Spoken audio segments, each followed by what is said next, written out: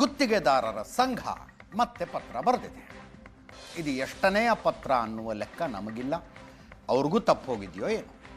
ಬಾಕಿ ಬರಬೇಕಾದ ಹಣಕ್ಕೆ ಹಿಂದಿನ ಸರ್ಕಾರಕ್ಕಿಂತ ಈ ಸರ್ಕಾರದಲ್ಲಿ ಕಮಿಷನ್ ದುಪ್ಪಟ್ಟಾಗಿದೆ ಅಂತ ಪತ್ರದಲ್ಲಿ ಬರೆದಿರೋದು ರಾಜಕೀಯವಾಗಿ ಹಗ್ಗ ಜಗ್ಗಾಟಕ್ಕೆ ಕಾರಣ ಆಗಿದೆ. ಮುಖ್ಯಮಂತ್ರಿಗಳಿಗೆ ಪತ್ರ ಬರೆದಿದ್ದಾರೆ. ನಮ್ಮ ಸರ್ಕಾರ ಬಂದ ಮೇಲೆ ಕಮಿಷನ್ ತಗೊಳ್ಳಲ್ಲ ಅಂದಿದ್ರಿ. ಬಿಜೆಪಿ ಸರ್ಕಾರಕ್ಕಿಂತ ಕಾಂಗ್ರೆಸ್ ಸರ್ಕಾರದಲ್ಲಿ ಕಮಿಷನ್ ಹೆಚ್ಚಾಗಿದೆ. ಆರ್ ಮಂಜುನಾಥ್ ಗುತ್ತಿಗೆದಾರರ ಸಂಘದ ಅಧ್ಯಕ್ಷರ ಪತ್ರ.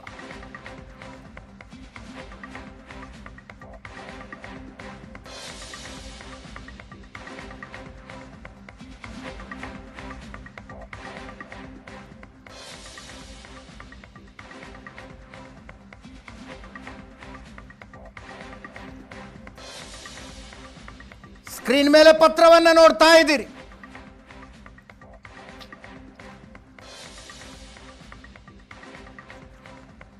ಎರಡು ವರ್ಷದಿಂದ ಗುತ್ತಿಗೆದಾರರಿಗೆ ಬಾಕಿ ಹಣ ಬಿಡುಗಡೆಯಾಗಿಲ್ಲ.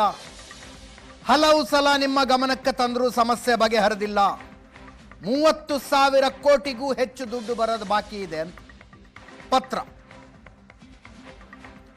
8 ಇಲಾಖೆಗಳಿಂದ ಗುತ್ತಿಗೆದಾರರ ಬಾಕಿ ಹಣ ಬಿಡುಗಡೆಯಾಗಿಲ್ಲ. ಇಲಾಖೆಯ ಸಚಿವರು ಕಾರ್ಯದರ್ಶಿಗಳನ್ನ ಭೇಟಿಯಾದರೂ ನಮಗೆ ಸ್ಪಂದಿಸ್ತಾ ಇಲ್ಲ. ಎಒಸಿ ರೂಪದಲ್ಲಿ 3 ತಿಂಗಳಿಗೊಮ್ಮೆ 15%, 20% ದುಡ್ಡು ರಿಲೀಸ್ ಮಾಡ್ತಾ ಇದ್ದಾರೆ. ಜಿಎಸ್ಟಿಯ ಹೆಚ್ಚುವರಿ ಮೊತ್ತವನ್ನು ಗುತ್ತಿಗೆದಾರರೇ ಕೊಡಬೇಕಾಗಿದೆ. ಇದರ ಬಗ್ಗೆ 2 ವರ್ಷದಿಂದ ಹಣಕಾಸು ಇಲಾಖೆಯ ಕಾರ್ಯದರ್ಶಿಗೆ ಹೇಳಿದ್ರೆ ಇಲ್ಲಿ ತನಕ ಯಾವುದೇ ನಿರ್ಧಾರ ಕೈಗೊಂಡಿಲ್ಲ. ಸಣ್ಣ ಗುತ್ತಿಗೆದಾರರಿಗೆ 5 ಪಟ್ಟು ಹೆಚ್ಚು ರಾಯಲ್ಟಿ ದಂಡ ಹಾಕ್ತಿದ್ದಾರೆ. ವ್ಯತ್ಯಾಸದ ಮೊತ್ತವನ್ನು ಸರ್ಕಾರ ಭರಿಸಬೇಕು. ಗುತ್ತಿಗೆದಾರರು ಬಳಸುವ ವಾಹನಗಳಿಗೆ ಅವೈಜ್ಞಾನಿಕ ದಂಡ ಹಾಕ್ತಾ ಇದ್ದಾರೆ.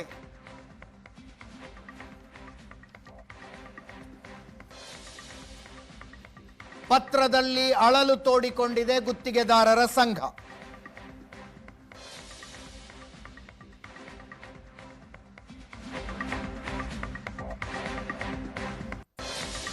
ಆಡಳಿತ ಪಕ್ಷಕ್ಕೂ ವಿಪಕ್ಷಕ್ಕೂ ಮತ್ತೊಂದು ಸುತ್ತಿನ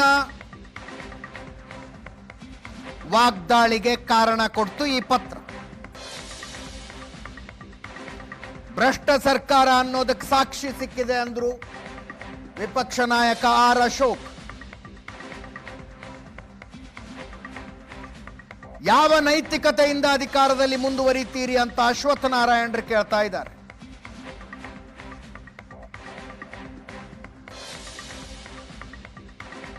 ಗುತ್ತಿಗೆದಾರರಿಗೆ ಹೊರೆಯಾಗಿದೆ ಅನ್ನೋದನ್ನ ಒಪ್ಪಿಕೊಳ್ತಾನೆ ಸಚಿವ ಬೋಸರಾಜು ಅವರು ಹೇಳಿದ್ರು. ಬಿಜೆಪಿ ಸರ್ಕಾರದಿಂದ ಆಗಿರುವ ಹೊರೆ ಇದು ಅಂತ.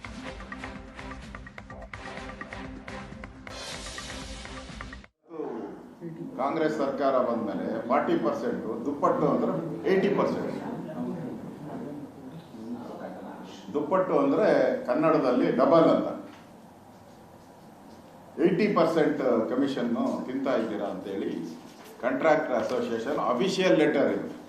ಯಾವ ಹಿಂದೆ ನೀವು ವಿರೋಧ ಪಕ್ಷದ ಇದ್ದಾಗ ಕಾಂಟ್ರಾಕ್ಟರ್ ಹತ್ರ ನಾವು 1 ಪೈಸನೂ ಹಣ ಮುಟ್ಟಲ್ಲ ಅಂದವರು ಇವತ್ತು ಬಿಜೆಪಿ ಸರ್ಕಾರಕ್ಕಿಂತ ಡಬಲ್ ಅಂತೇಳಿ ಹೇಳಿರುವಂಥದ್ದು ಈ ಸರ್ಕಾರದ ಮಾನ ಮರ್ಯಾದೆ ಬಟಾ ಬಯಲಾಗಿದೆ. ಇವತ್ತು ಕಾಂಗ್ರೆಸ್ ಸರ್ಕಾರ ಅಧಿಕಾರಕ್ಕೆ ಬಂದ ನಂತರ ಯಾವ ರೀತಿ ಗುತ್ತಿಗೆದಾರರನ್ನ ಬಳಕೆನ ಮಾಡಿ ಇವತ್ತು ಅವರನ್ನ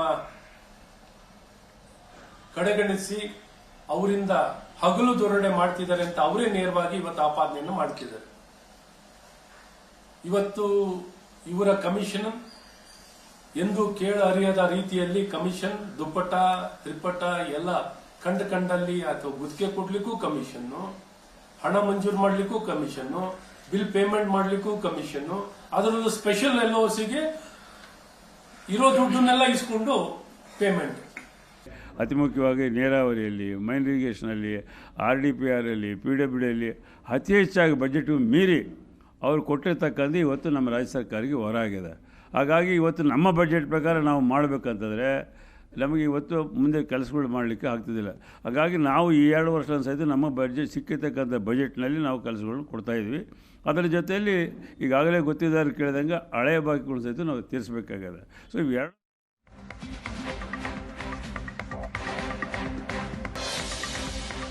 ಗುತ್ತಿಗೆದಾರರ ರಾಜಕೀಯ ಮಾಡ್ತಿದ್ದಾರೆ ಅಂದ್ರು DCM DK ಶಿವಕುಮಾರ್ ಅವರು. ನಮ್ಮನ್ನ ಭೇಟಿ ಮಾಡಿದ್ದಾರೆ, ದುಡ್ಡು ಕೊಡ್ತಿದ್ದೀವಿ, ಕೈಯಲ್ಲಿ ಎಷ್ಟಾಗುತ್ತೋ ಅಷ್ಟು ಕೊಡ್ತಿದ್ದೀವಿ. ಬಿಜೆಪಿ ಕಾಲದಲ್ಲಿ ಆದ ಕೆಲಸಕ್ಕೂ ಬಿಲ್ ಬಾಕಿ ಇದೆ. ಅವರು ಇಷ್ಟ ಬಂದ ಹಾಗೆ ಕೆಲಸ ಕೊಟ್ಟಿದ್ರು. DCM DK ಶಿವಕುಮಾರ್ ಅವರ ಸ್ಪಷ್ಟನೆ.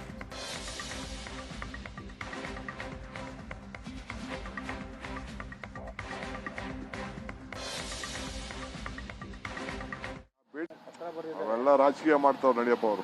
ಯಾರು ನಾವು ಭೇಟಿ ಮಾಡಿದರೆ ನಾವು ಕೊಡ್ತಾ ಇದೀವಿ, ನಮ್ಮ ಕೈಯಲ್ಲಿ ಎಷ್ಟೆಷ್ಟು ದುಡ್ಡು ಬರ್ತಾ ಇದೆ ಅಷ್ಟು ದುಡ್ಡು ನಾವು ಕೊಡ್ತಾ ಇರ್ತೀವಿ. ಹಂಗಂತ ಒಂದೇ ಸತಿ ಮೊದಲೆಲ್ಲ ಇಲ್ಲದೆ ಹೋದ್ ಬಿಟ್ಟೆಲ್ಲ BJP ಬಿಲ್ಲೆಲ್ಲ ಈಗೆಲ್ಲ ನಾವು ಮುಗಿಸಿದೀವಿ. BJP ಸರ್ಕಾರದಲ್ಲಿ ಇಷ್ಟ ಬಂದಂಗೆ ಕೆಲಸಗಳೆಲ್ಲ ಕೊಟ್ಬಿಟ್ಟಿದ್ರು, ಹಣ ಇಲ್ಲದೆ ಹೋದ್ರು ಕೆಲಸಗಳೆಲ್ಲ ಕೊಟ್ಟಿದ್ರು. ಸೊ ಅದನ್ನೆಲ್ಲ ಅವ್ರಿಗೆ ನಾವೆಷ್ಟೋ ಮುಗಿಸಿದೀವಿ, ಅದಕ್ಕೆ ಅವರು ಸಂತೋಷ ವ್ಯಕ್ತಪಡಿಸಿದ್ದಾರೆ ನನ್ನ ಹತ್ರ. ಅವೆಲ್ಲ ರಾಜಕೀಯ ಮಾಡ್ತಾವ್ರು ನಡಿಯಪ್ಪ ಅವರು. ಯಾರು ನಾವು ಭೇಟಿ ಮಾಡಿದರೆ ನಾವು ಕೊಡ್ತಾ ಇದೀವಿ, ನಮ್ಮ ಕೈಯಲ್ಲಿ ಎಷ್ಟೆಷ್ಟು ದುಡ್ಡು ಬರ್ತಾ ಇದೆ ಅಷ್ಟು ದುಡ್ಡು ನಾವು ಕೊಡ್ತಾ ಇರ್ತೀವಿ. ಹಂಗಂತ ಒಂದೇ ಸತಿ ಮೊದಲೆಲ್ಲ ಇಲ್ಲದೆ ಹೋದ್ ಬಿಟ್ಟೆಲ್ಲ BJP ಬಿಲ್ಲೆಲ್ಲ ಈಗೆಲ್ಲ ನಾವು ಮುಗಿಸಿದೀವಿ. BJP ಸರ್ಕಾರದಲ್ಲಿ ಇಷ್ಟ ಬಂದಂಗೆ ಕೆಲಸಗಳೆಲ್ಲ ಕೊಟ್ಬಿಟ್ಟಿದ್ರು, ಹಣ ಇಲ್ಲದೆ ಹೋದ್ರು ಕೆಲಸಗಳೆಲ್ಲ ಕೊಟ್ಟಿದ್ರು. ಅಲ್ಲಿ ಇರ್ತಕ್ಕಂಥ ಹಿಂದಿನ ಸರ್ಕಾರ ಇರ್ತಕ್ಕಂಥ ಪೆಂಡಿಂಗ್ ಬಿಲ್ಸು, ಸಾವಿರಾರು ಕೋಟಿ ಇರ್ತಕ್ಕಂಥ ಪೆಂಡಿಂಗ್ ಬಿಲ್ಸು ಇನ್ನು ಸರ್ಕಾರ ಮಟ್ಟದಲ್ಲಿ ಉಳಿದಿದೆ. ಅಲ್ಲಿ ಇರ್ತಕ್ಕಂಥ ಹಿಂದಿನ ಸರ್ಕಾರ ಇರ್ತಕ್ಕಂಥ ಪೆಂಡಿಂಗ್ ಬಿಲ್ಸು, ಸಾವಿರಾರು ಕೋಟಿ ಇರ್ತಕ್ಕಂಥ ಪೆಂಡಿಂಗ್ ಬಿಲ್ಸು ಇನ್ನು ಸರ್ಕಾರ ಮಟ್ಟದಲ್ಲಿ ಉಳಿದಿದೆ. ಅಲ್ಲಿ ಇರ್ತಕ್ಕಂಥ ಹಿಂದಿನ ಸರ್ಕಾರ ಇರ್ತಕ್ಕಂಥ ಪೆಂಡಿಂಗ್ ಬಿಲ್ಸು, ಸಾವಿರಾರು ಕೋಟಿ ಇರ್ತಕ್ಕಂಥ ಪೆಂಡಿಂಗ್ ಬಿಲ್ಸು ಇನ್ನು ಸರ್ಕಾರ ಮಟ್ಟದಲ್ಲಿ ಉಳಿದಿದೆ. ಅಲ್ಲಿ